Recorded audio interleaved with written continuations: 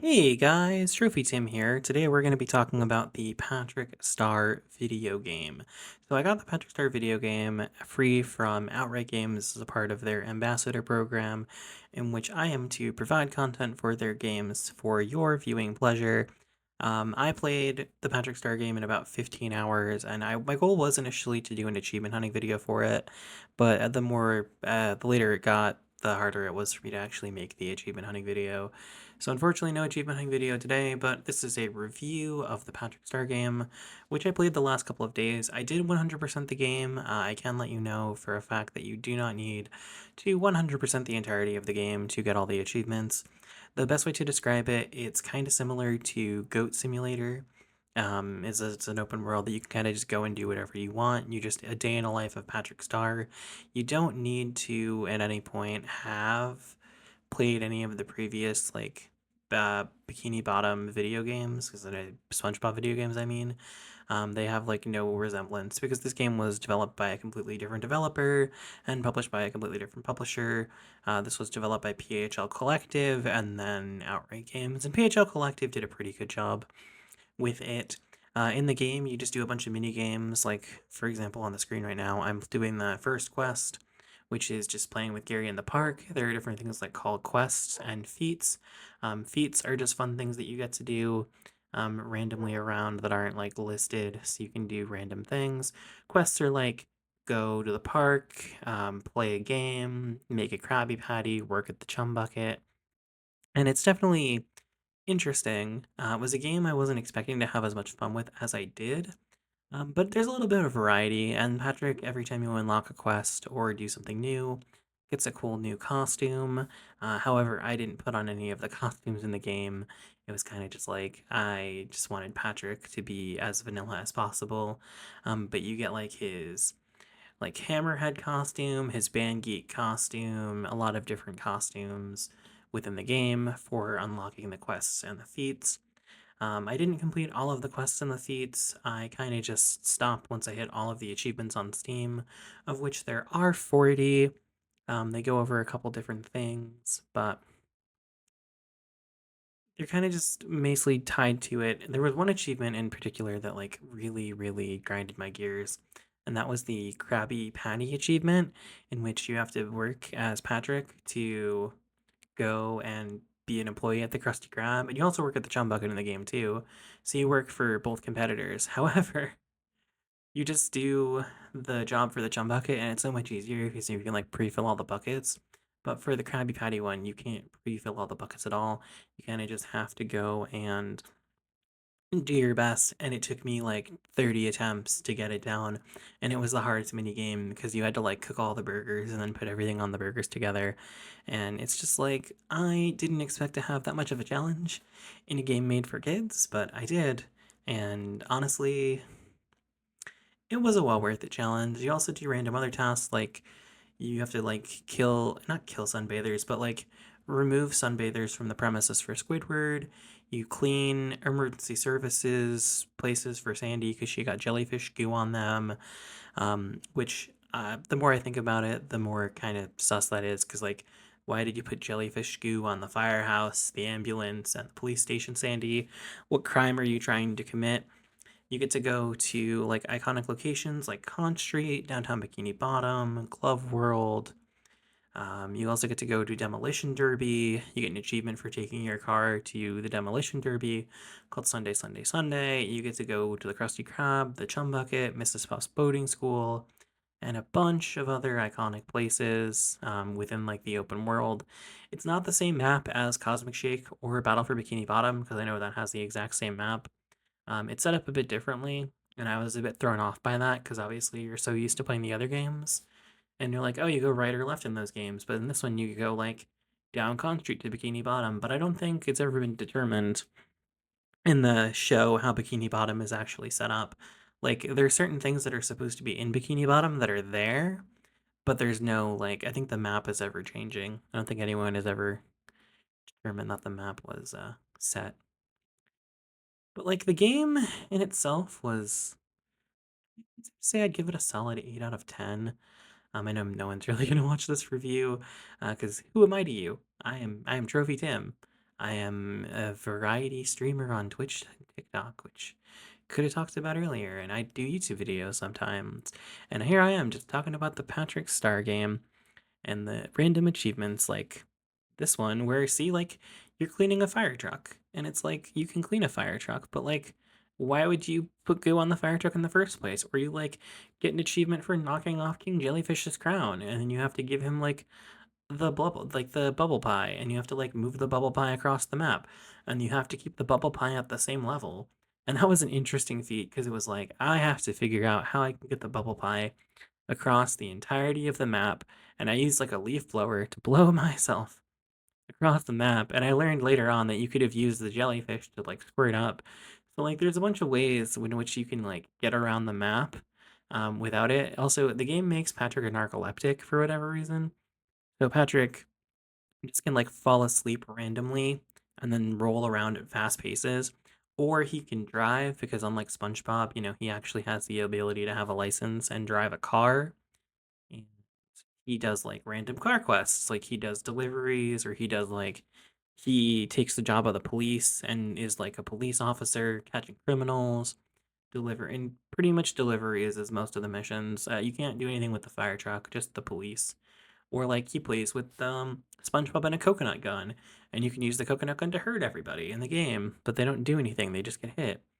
Or like within Glove World, there's a bunch of mini games within Glove World that is like normal carnival mini games in which you do. Or like for whatever reason, there's a skydiving section, and you get to go skydiving, and like part of the skydiving thing is just doing a bunch of like target target falling is the word I'm looking for, I guess. Target falling.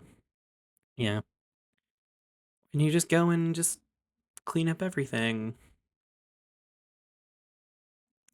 Yeah, but like, so there is some like some platforming areas in the game, but Patrick controls a bit weird.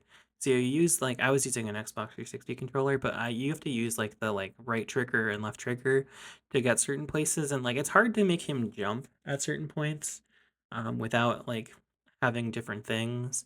But as I've been learning more recently with other games like Sonic X Shadow Generations, it's just like the more I play a game lately, the better I've been getting at it. So like I spent probably like 20 hours in this game in total, maybe 15 in the game trying to like get everything in it. And oh, I did forget to mention the collectible in the game is mayonnaise jars because mayonnaise is in fact an instrument, and we all know that mayonnaise is an instrument. So he has to collect mayonnaise jars, and you get absolutely nothing for collecting all the mayonnaise jars. So this game really isn't worth it to 100% at all. It's definitely worth it if you want to like have fun playing as Patrick for whatever reason, if you don't want to play as SpongeBob. So it's nice that they like included him in a game, but like in a mainline game, like I say mainline game, like the Cosmic Shake and the Beanie Bottom are mainline games. But in like a game starring SpongeBob, like Patrick could be a playable character. Like it'd be cool to allow for like secondary playable characters, or like if you have the ability to do co-op and you can play with a friend, that would be really cool in the future.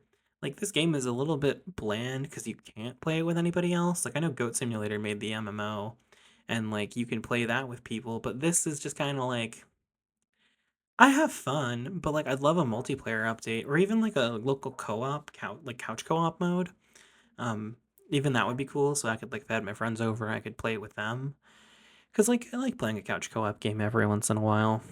But this definitely wasn't the game I was expecting it to be. I was thinking it would more be like an adventure game, and I mean, there's definitely adventure elements to it, but just the minigame collection within like the open world gave me like flashbacks to the Smurfs Village Party, which I played earlier this year, and that game was a lot different than I thought, and I'm gonna be doing a review on that soon. Um, but yeah, there's also things like Patrick gets a college scholarship over Squidward because Squidward is a terrible artist. I didn't even paint that well. I just did something dumb and then made it work. Or like there's also no like ending to the game, but there is a roll credit scene. So like the last thing they want you to do within the game is go to the Fry Cook games. And when you go to the Fry Cook games, that's what unlocks your like credits roll. So it's like one of those games where if you go to like or the random spot where they technically want you to end the entire game, that's where you'll get your credit sequence, and there's no real place. I recommend if you ever see this game on sale to pick it up if you like SpongeBob. It definitely has some deep cut references to like random SpongeBob episodes from all across the decades. It's fun. The graphics in it aren't too bad. It's not like the worst game. I run every game pretty much on medium quality. Other annoying mini games included are the Trash King mini game because Patrick gets to be a dump truck driver and gets to drive the dump truck because someone needs to pick up the trash that everyone leaves lying around Bikini Bottom. And so yeah, you get to do that, and that took forever. I did, however, save the best achievement for last, which was the He Was Number One achievement, which is when you get Smitty Werberman Jensen's hat and you have to bring it to his grave, which are in the two stupidest locations. So, like, his hat is hiding behind Mr. Krabs' house because, of course, it is, but his grave is all the way over by the dumps just by itself. And it's like, wasn't his grave in a graveyard in the show? What is what I was thinking, and like, why would you just put one singular grave within this kid's game? Does that mean everyone has like is immortal within the game and only one singular person within the game world has died? And that's just more of a theory. But it's like you can't really think about theories for kids games. I mean, I guess you can, but it's kind of like you think about it more and more and you're kind of like, "Oh, I mean, it's not like the worst thing I could do." Also, regarding collectibles, there's no way to track the collectibles you have. It's like if you saw the pop up on the screen for the mayonnaise jar where it said 1 out of 10, that's the only way you get to know how many collectible jars you have. You cannot see it in a list within the like start screen like most games would or platformer games would. That would have been really nice because then it would have told me, hey, you have like 3 mayo jars left and like you've earned 8 out of 10 mayo jars in like Jellyfish Fields. I don't remember how many are in Jellyfish Fields. But it would be nice to know, like, okay, I have to go back here to get these jellyfish jar or the mayonnaise jars, not jellyfish jars. And it's like, I want to be able to track this, and it's not easy if I have to like go to the thing and it won't tell me until I know. So it's like, how am I supposed to know how many mayonnaise jars I have left? Like, what if I don't want to go back? So, yeah.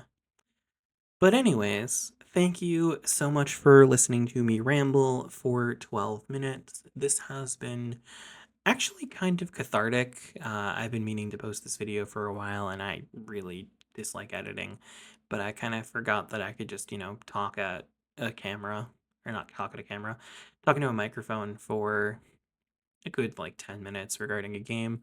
Um, this has been fun. Like I said, this game I got for free from Outright, which is really cool because it's really nice to be able to get some review codes for games, especially games that I like really want to play. I recommend checking out Outright if you have a little kid in your life and want to play like Paw Patrol games, want to play this game. They just released a Teenage Mutant Ninja Turtles game, which I unfortunately will not be playing, as I have so many other games in my backlog right now. And yeah, I wish you all luck. If you want to like and comment or subscribe, that would be cool. My name is Trophy Tim. I'm usually live on Twitch or TikTok at least once a week. All my links are in the description. Hitting 500 subs would honestly be really cool here, but I know that's not always possible. But I really appreciate you watching this all the way through, and I hope you have an amazing day. Bye.